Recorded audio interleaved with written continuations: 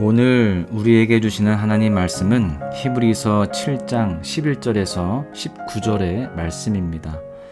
레위 계통의 제사 직분으로 말미암아 온전함을 얻을 수 있었으면 백성이 그 아래에서 율법을 받았으니 어찌하여 아론의 반차를 따르지 않고 멜기세덱의 반차를 따르는 다른 한 제사장을 세울 필요가 있느냐. 제사 직분이 바뀌었은즉 율법도 반드시 바꾸어지리니 이것은 한 사람도 제단 일을 받들지 않는 다른 지파에 속한 자를 가르쳐 말한 것이라. 우리 주께서는 유다로부터 나신 것이 분명하도다. 이 지파에는 모세가 제사장들에 관하여 말한 것이 하나도 없고 멜기세덱과 같은 별다른 한 제사장이 일어난 것을 보니 더욱 분명하도다. 그는 육신에 속한 한 계명의 법을 따르지 아니하고 오직 불멸의 생명의 능력을 따라 되었으니 증언하기를 내가 영원히 멜기세덱의 반차를 따르는 제사장이라 하였도다. 전에 있던 계명은 연약하고 무익함으로 패하고 율법은 아무것도 온전하게 못할지라. 이에 더 좋은 소망이 생기니 이것으로 우리가 하나님께 가까이 가느니라. 아멘. 이런 이야기가 있습니다. 대학교에 있는 학사, 석사, 박사 과정을 공부 중인 학생들에게 물어봤다고 합니다. 당신은 당신이 배우고 있는 분야에 대해 얼마나 알고 계십니까? 학사 과정인 사람은 기초적인 교육을 마친 후에 이제 나는 모든 것을 압니다 라고 대답을 했다고 합니다. 이후 석사과정을 공부하는 사람에게 똑같이 질문하자 나는 내가 모르는 것이 많다는 것을 압니다 라고 말했습니다. 마지막으로 오랫동안 박사과정을 공부하고 있는 사람에게 물으니 다음과 같이 말했다라고 합니다. 나는 아무것도 모른다는 것을 알고 있습니다. 이 이야기는 무엇을 말하고 있습니까? 학문에 대해 더 깊이 배우면 배울수록 더 많이 알면 알수록 내가 얼마나 무지한 자인지 깨닫게 된다는 것입니다. 하나님도 그렇습니다. 하나님을 알면 알수록 하나님이 얼마나 크신 분이신지 그분 앞에 우리가 얼마나 작고 연약한 존재인지를 알게 됩니다. 하나님은 우리가 하나님이 어떤 분인지 알 수 있도록 율법을 선물로 주셨습니다. 그래서 바울은 갈라디아서 3장 24절에서 25절에 율법을 다음과 같이 말씀합니다. 이같이 율법이 우리를 그리스도께로 인도하는 초등교사가 되어 우리로 하여금 믿음으로 말미암아 의롭다함을 얻게 하려 함이라. 믿음이 온 후로는 우리가 초등교사 아래에 있지 아니하도다. 율법은 우리로 하여금 하나님께 나아가게 도와주는 초등교사와 같습니다. 하나님에 대해 알려주고 하나님의 뜻이 무엇인지 나의 죄가 어떤 것인지 깨닫게 해줍니다. 그런데 이스라엘 백성들은 이 율법을 가지고 내가 하나님 앞에 온전히 설 수 있을 거라고 착각하였습니다. 내가 이 율법을 모두 잘 지켜내서 하나님 앞에 서야지 이렇게 생각을 한 것이죠. 하나님의 작은 한 부분만 어렴풋이 깨닫고서는 마치 하나님을 다 안다고 착각한 것과 같습니다. 무엇보다 정작 자신에게는 이 율법을 지킬 수 있는 능력이 없음을 간과했던 것입니다. 율법은 분명히 하나님이 주신 선물입니다. 그러나 율법은 우리를 정결케 할 수 없습니다. 율법이 지닌 한계 때문이죠. 율법은 우리의 죄를 알려주지만 그 죄를 벗어날 수 있는 힘을 주지는 못합니다. 그래서 예수님 역시 율법을 따른 레위 계통의 제사장 직분이 아닌 멜기세덱의 반차를 따르는 대제사장으로 이 땅에 오셨습니다. 율법을 뛰어넘어 일하시는 구원을 주시는 것이죠. 이 사실이 우리에게 어떤 의미가 있는지 오늘 본문을 통해서 함께 나누고자 합니다. 첫 번째는요, 사람과 율법의 능력에는 한계가 있다라고 하는 것입니다. 본문 11절을 보십시오. 레위 계통의 제사 직분으로 말미암아 온전함을 얻을 수 있었으면 백성이 그 아래에서 율법을 받았으니 어찌하여 아론의 반차를 따르지 않고 멜기세덱의 반차를 따르는 다른 한 제사장을 세울 필요가 있느냐. 하나님은 율법을 주시면서 레위 지파로 하여금 하나님의 성전을 섬기는 직분을 허락하셨습니다. 그 중에서도 특별히 아론의 자손들에게 거룩한 제사장직을 맡기셨죠. 즉 아론의 반차를 따르는 제사장직은 하나님이 허락하신 너무나도 귀한 직분이었습니다. 그래서 제사장들은 하나님의 성전을 섬기면서 열심히 봉사했습니다. 특별히 죄인과 하나님의 관계를 회복하는 제사를 집례했습니다. 그런데 문제는 그 제사가 끊임없이 반복되어야 했다라는 점입니다. 수없이 많은 짐승이 피를 흘려 죽었지만 계속해서 반복되는 죄 때문에 제사 역시 끊임없이 반복되어야만 했다라고 하는 것이죠. 율법은 초등교사처럼 하나님의 뜻이 무엇인지 알려줍니다. 레위기 11장 45절에 보십시오. 나는 너희의 하나님이 되려고 너희를 애굽 땅에서 인도하여 낸 여호와라. 내가 거룩하니 너희도 거룩할지어다. 하나님이 거룩하니 너희도 거룩하라 라는 겁니다. 거룩이 무엇입니까? 구별됨이죠. 죄로부터 구별되고 세상으로부터 구별된 하나님의 백성이 되는 것입니다. 그런데 문제는 하나님의 뜻을 알게 됐지만 그 뜻에 순종할 능력이 없다는 점입니다. 그래서 하나님의 뜻을 알면 알수록 내가 하나님의 뜻에 순종할 수 없다는 것을 더 깊이 깨닫고 절망하게 되는 것입니다. 그렇기에 나의 죄를 용서하고 구원하실 메시아 하나님과 나 사이를 화목하게 해줄 참된 제사장을 기다릴 수밖에 없었던 것입니다. 그래서 예수님이 이 땅에 오셨죠. 그리고 어린 양 되신 예수님께서 단번에 드린 제사로 우리를 완전히 구원하여 주셨습니다. 여러분, 예수님이 우리에게 주신 구원은 사람의 열심을 뛰어넘습니다. 사람이 아무리 최선을 다해도 도달할 수 없는 거룩을 우리에게 주셨습니다. 혹 하나님 말씀대로 살고 싶지만 그렇지 못하는 나의 연약함에 실망하고 낙담하고 계십니까? 하나님은 그 율법의 한계를 넘어서 우리를 구원하셨습니다.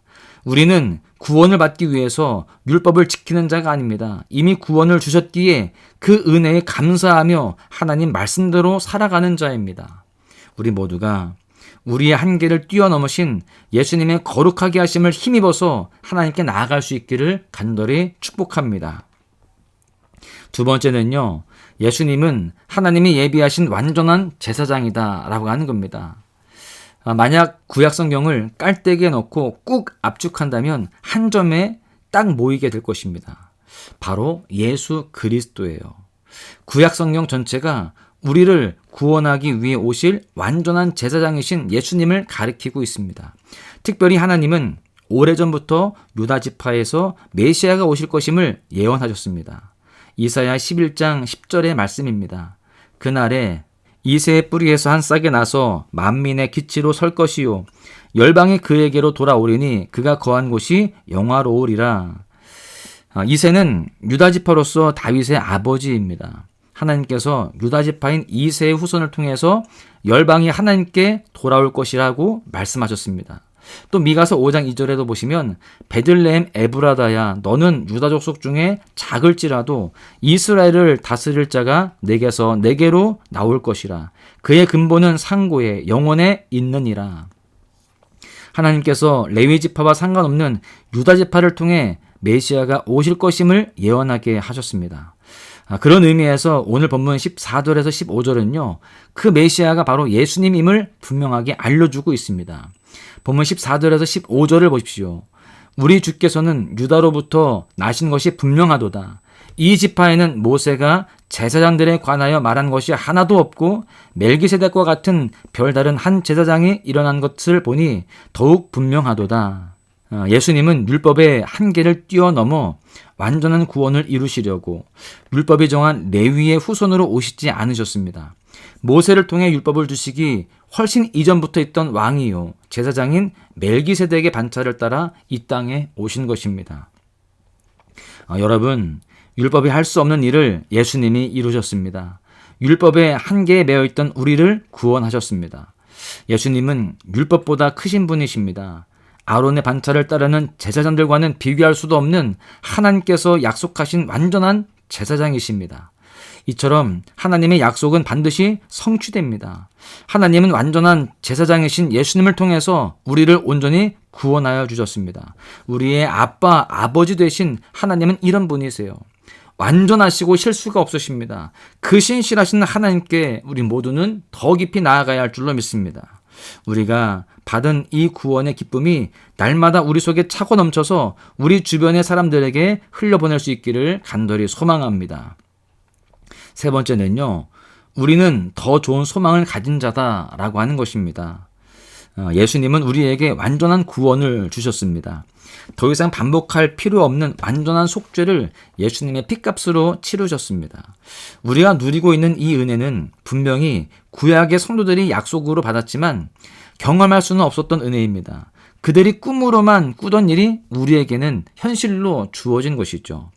본문 18절에서 19절에 보시면 전에 있던 계명은 연약하고 무익함으로 패하고 율법은 아무것도 온전하게 못할지라 이에 더 좋은 소망이 생기니 이것으로 우리가 하나님께 가까이 가느니라.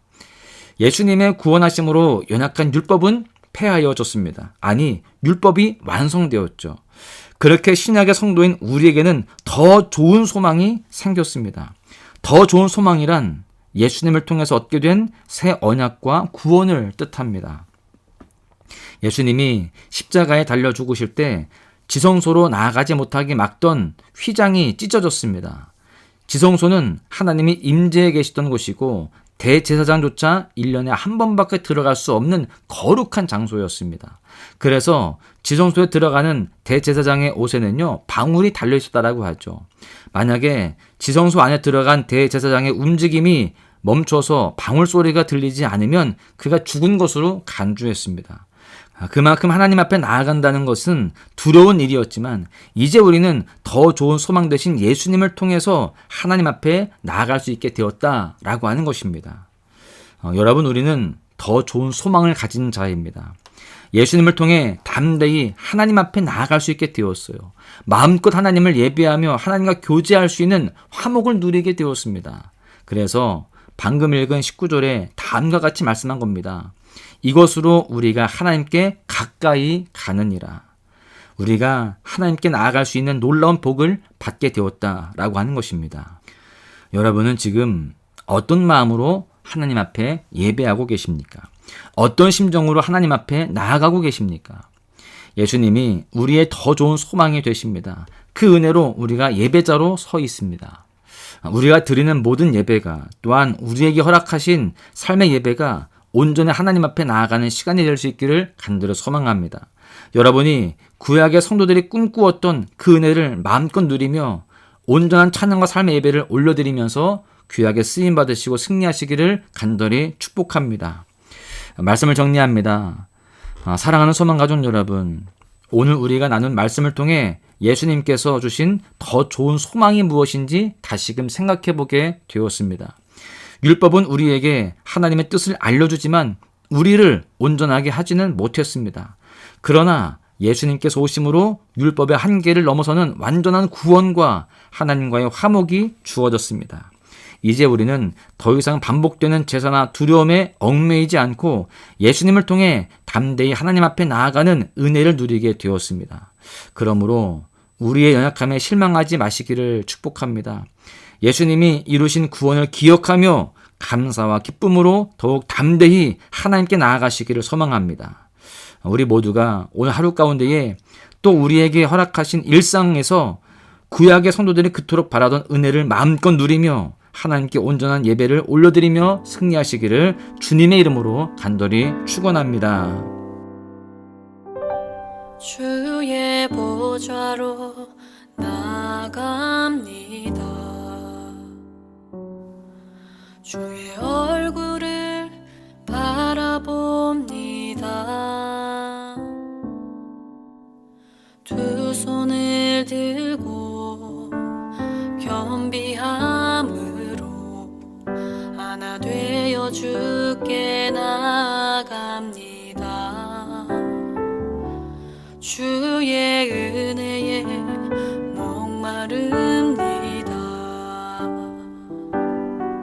주의 음성을 사모합니다. 두려워 말라 평안하라 강건하라 강건하라